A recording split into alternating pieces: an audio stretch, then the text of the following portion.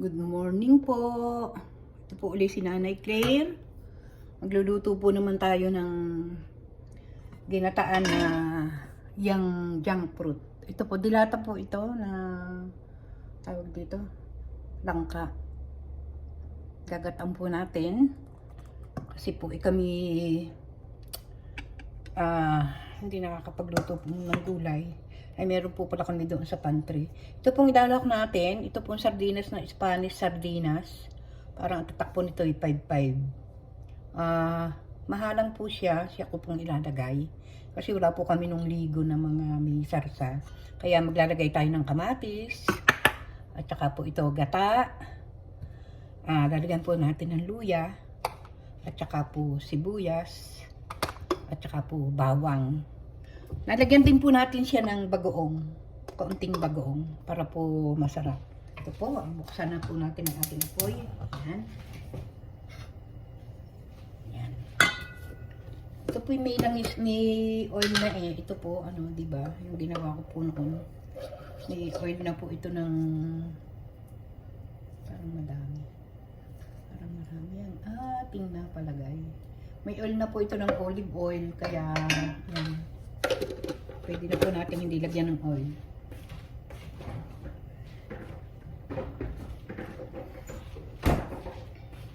Yan. Tapos po mamaya ay nagmarinate na po ako ng pork chop with, ano po ito pork chop with oyster sauce. Para meron pong karne.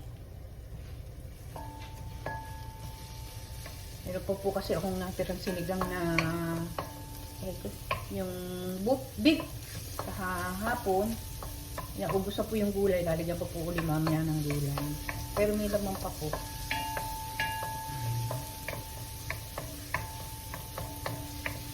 Mag-i-snow na po dito. Dami na pong snow.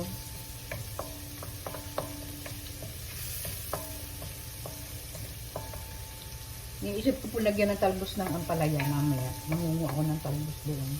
Tingnan ko po kung masarap ko anong lasa. Lagyan na po natin ng luya. Para po maalis yung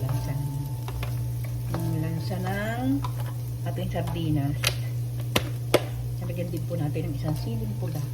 Pero yung po sardinas, mahalang na. Hindi na po natin, todo na po natin ating sibuyas.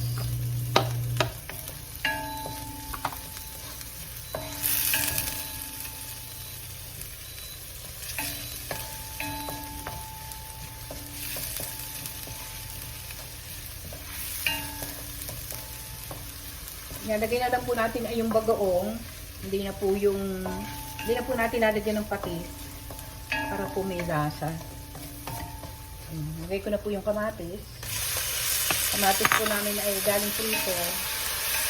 Naka-freezer po ang aming mga kamatis na pinuti. Kaya pag po kailangan palambutin. Total naman igigisa mo din siya, palalambutin din. Kaya atin pong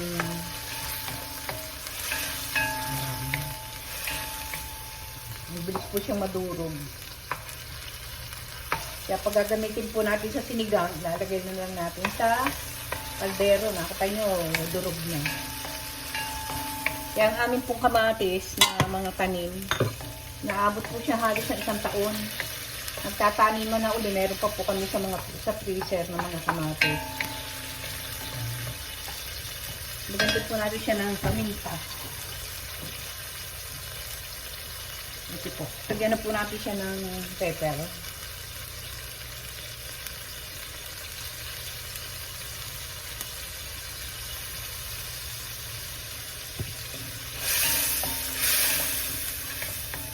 Lagyan na po natin ating Spanish sardinas.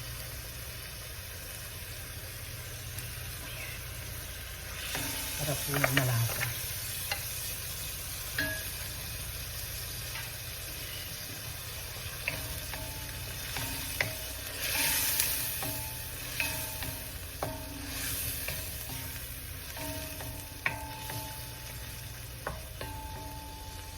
Nalagyan ko na po yung bagoong. Ito po kasing ano, ito pong langkang ito, luto na. Ayan po, nadilata. Luto na po ito.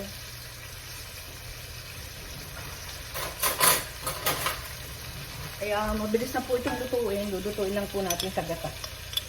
Lagyan po lang natin ng isang ganito. Ano lang po, pampabango.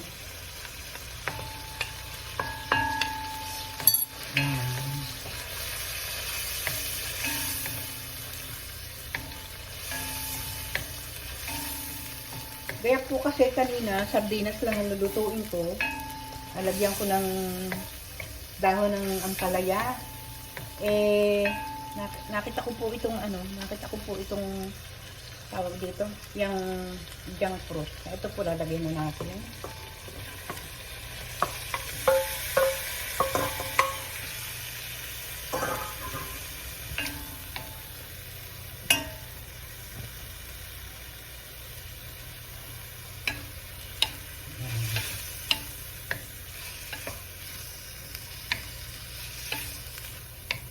Gisa-gisa lang po natin. Tapos po ay ating lalagyan na ng gata. Yun pong gata ang ano dito. Ayan. Meron na tayong gulay na langka. Kahit hindi panahon ng langka. Takpan po natin ang ano, para po ano siya. Yung magisa-gisa.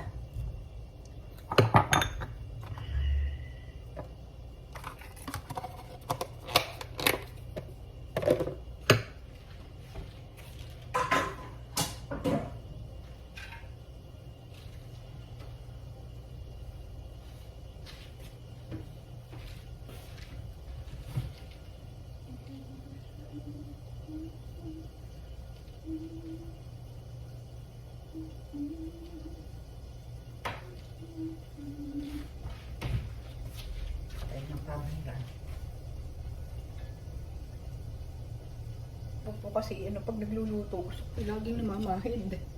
Pamahiran. Yan. Ang bango po. Nalagay ko na po itong gata.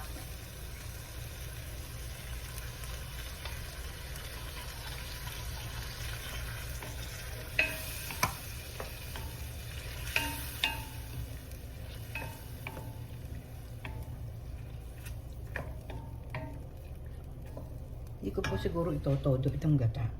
Ang dami po eh. Pero alisin ko po sa lata. Baka po makapagluto ako ng Bicol Express. Yan.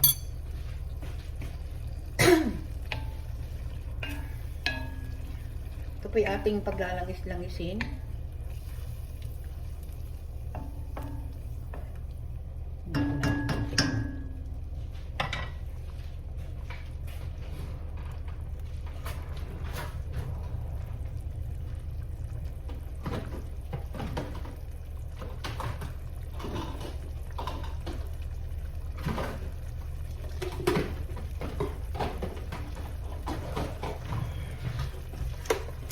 Saling ko po dito ito pong gata para magamit pa po bukas ang kalahati. Ito kaunti lang po naman aring akin yung niluto. Sayang naman. Minsan po pag marami din naman gata, no? Pag hindi rin naman nakakain lahat, tapos tatapon. Ito nalagay ko natin sa rep.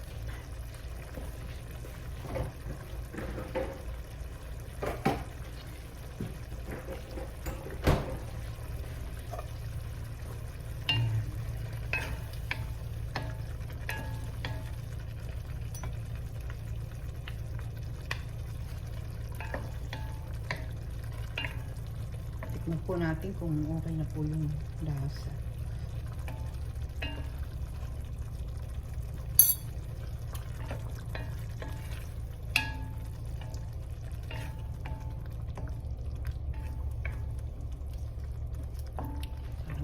Lagyan po natin ng kaunting asin.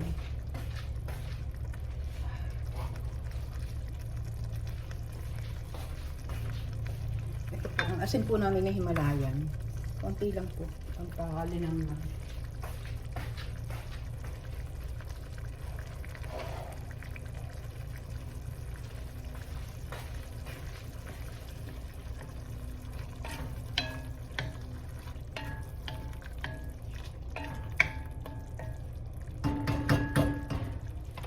Lagyan po natin ng apoy.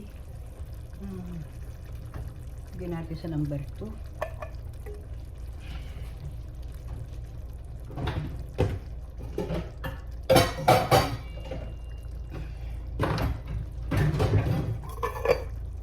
Lagyan po tayo ng talbos ng... Lagyan ko po ng talbos ng ampalaya. Siguro po masarap. Ayan po. Mga po tayo. Ito po, dahon, dami. Mura po yan kasi ito po lagi ko pong pinangungunan. Ayan, ayan. Ayan. Isipin ninyo dito sa Canada, hindi na kayo bibili ng dahon ng ampalaya. Yung pong dahon ng sili, nabibili dito. Hindi po sili yung dahon ng bell pepper ang mabibili niyo. Kaya sabi ko po doon sa anak ko, huwag mong papatayin niya yung ampalaya. Kasi kahit hindi natin mapakinabangan yung bunga, ay kahit po yung dahon, napakasarap po nito sa sa munggo.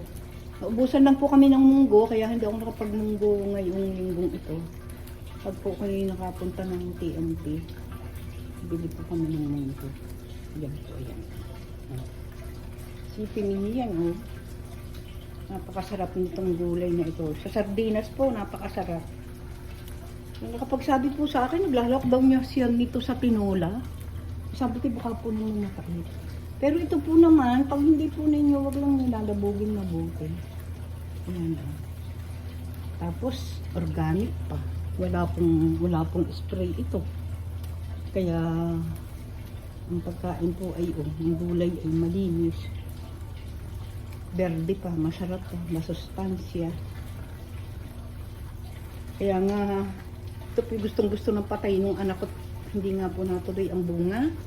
Ayaw ko pong ipapatay at dahil yung dahon, sabi ko wala naman nabibili dito. Hindi katulad ng dahon ng sili na meron. Ayan. Ayan po. Pag po ako nagluluto ng munggo, halos kalahati lang po nito ang napapanguha ko. Mapapanguha ko. Ayan, daming-dami. Ayan po, dami nitong bunga. Ito, nakita niyo yung bunga niya. Hindi po yan natuloy. Ewan ko ba naman?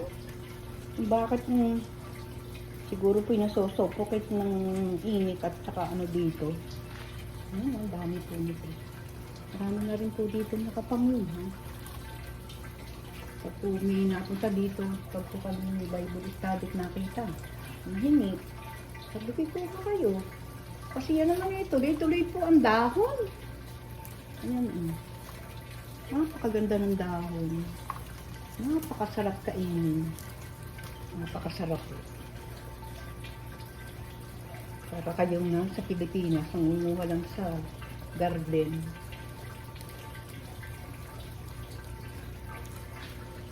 Yan, nakikita ninyo itong mga ito. Ayan, ayan po, ayan. Yan po yung mga pinagputulan ko na binili. Pinagputulan ko po yan. Tingnan nyo, makiyot na sa taas. Ilaba, yan. Tingnan yung murang-mura po ang dahon. Ayan, Ayan, Ayan. Kahit libutin ninyo dito sa Canada, sa tindahan, wala kayong mabibili nito. Dito, ayan. Ayan. Ito po, meron na po tayong gulay na lalagay po natin sa bugasan lang po natin sandali. Ayan. Ayan po, bugasan ko lang po.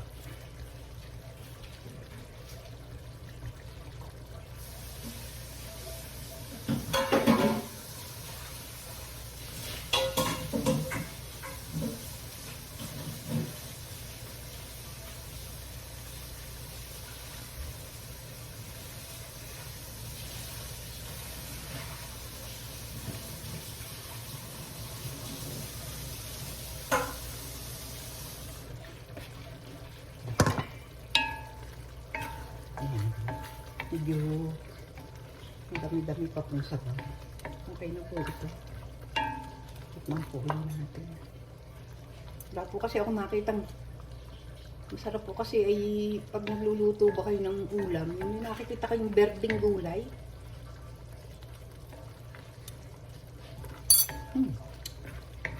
Okay na po. Ayan. Lalagay ko na po itong talbos ng ampalaya. Ayun, pinawa natin. Aba, pero sustansya niya. Okay na po pala yung halang. Hindi ko na po ito pipisain. Lalagay ko lang po sa ibabaw. Kasi yung pong sardinas na inilagay natin ay Spanish sardines. Ay ano na po siya, may sili, mahalang na po. Ayan. Ayan po. Nakita po ninyo itong gulay na ito. Nauuna po yung nauubos. Ayan. Meron na tayong isang putahe. Ang talbos lang po ng ampalaya o dahon ng ampalaya, wag lang po yung masyadong lulutuin para hindi po kumait. Yung pong malantalang siya, ayan, lantalang. Okay na po ito, ayan. Ito na po ang ating ginataang langka. Takpan na po natin. Tapos na po ang ating gulay. May gulay na po tayo. Kaya hanggang dito na lang po ulit at ako naman po yung magluluto ng pork chop. Yung po yata yung naipakita ko na sa video, yung pork chop with oyster sauce. Minarinate ko po siya sa sugar, toyo, lemon, sesame oil, paminta. Tapos po igigisa na lang. Piprito po natin siya na maging brown. Tapos piprito po natin siya na maging brown. Tapos saka po natin igigisa doon sa pinagmarinitan. Lalagyan po natin ng oyster sauce. Yun lang po. Masarap po siya. Thank you po. Kape po tayo. Salamat po sa inyong panonood. God bless you all po.